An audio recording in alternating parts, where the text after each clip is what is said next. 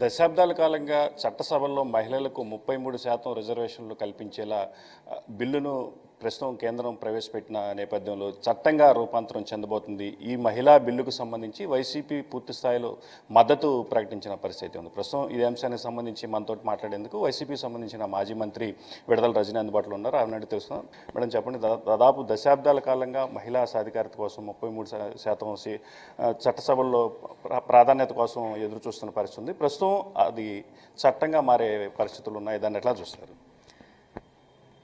దశాబ్దాలుగా డెఫినెట్గా ఈ అంశం గురించి అనేక నినాదాలు ఉన్నాయి.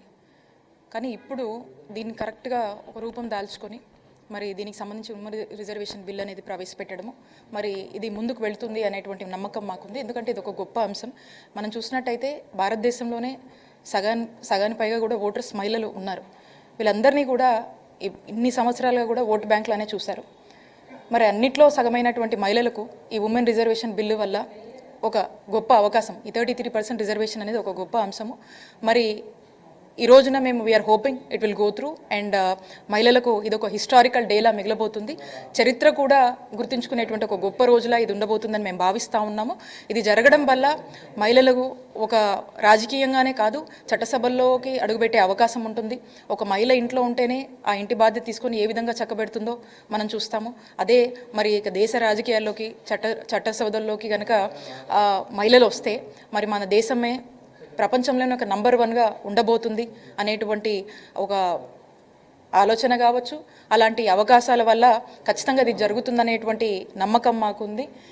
ఈ విధంగానే మనం చూసుకున్నట్టయితే ఆంధ్రప్రదేశ్ రాష్ట్రంలో గడిచిన 5 ఏళ్లలో జగన్మోహన్ రెడ్డి గారి పాలనలో ఇచ్చినటువంటి పథకాలన్నీ కూడా మహిళలకు సంబంధించి మహిళల పేరుతో ఇళ్ల పట్టాలు ఇవ్వడం కావచ్చు, అమ్మఒడి లాంటి అనేక స్కీమ్స్ మనం గుర్తు చేసుకుంటే ఇవన్నీ కూడా మహిళల యొక్క ఫినాన్షియల్ స్టెబిలిటీని పెంచడము, అలాగే ఆ ఇంట్లో మహిళ యొక్క గౌరవం పెంచడము, సమాజంలో మహిళల గౌరవం పెంచేలాగా జగన్మోహన్ రెడ్డి గారు అడుగులు వేశారు.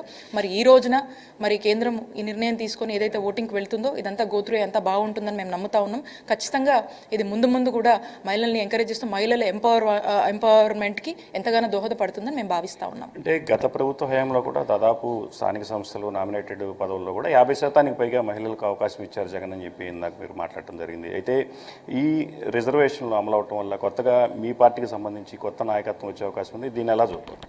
డెఫినెట్గా అండి, రావాలి, మహిళలు ఎక్కువ మంది రావాలి, మహిళలు అన్నింటిలో పార్ట్ అవ్వాలి. అన్ని రంగాల్లోనూ ఇప్పటికే మహిళలు రాణిస్తూ ఉన్నారు.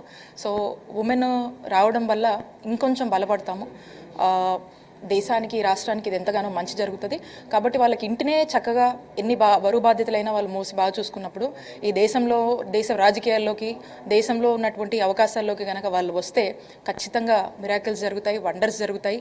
మన దేశం పూర్తిగా కూడా అభివృద్ధి చెందుతుందని సంపూర్ణ నమ్మకం మాకుంది. ఇది ప్రధానంగా మాజీ మంత్రి విడదల రజనీ చెప్తున్న విషయాలు. చట్టసభల్లో మహిళలకు ప్రాముఖ్యత పెరగటం వల్ల అటు దేశం ప్రపంచ స్థాయిలో నిలబడుతుందని మాత్రం ఆశాభావం వ్యక్తం చేస్తున్నారు.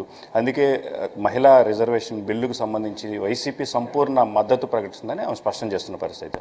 ఇది ప్రస్తుతం విజయవాడలో ఉన్న తాజా పరిస్థితి. కెమెరామెన్ కోటితో సురేష్ ఎన్టీ.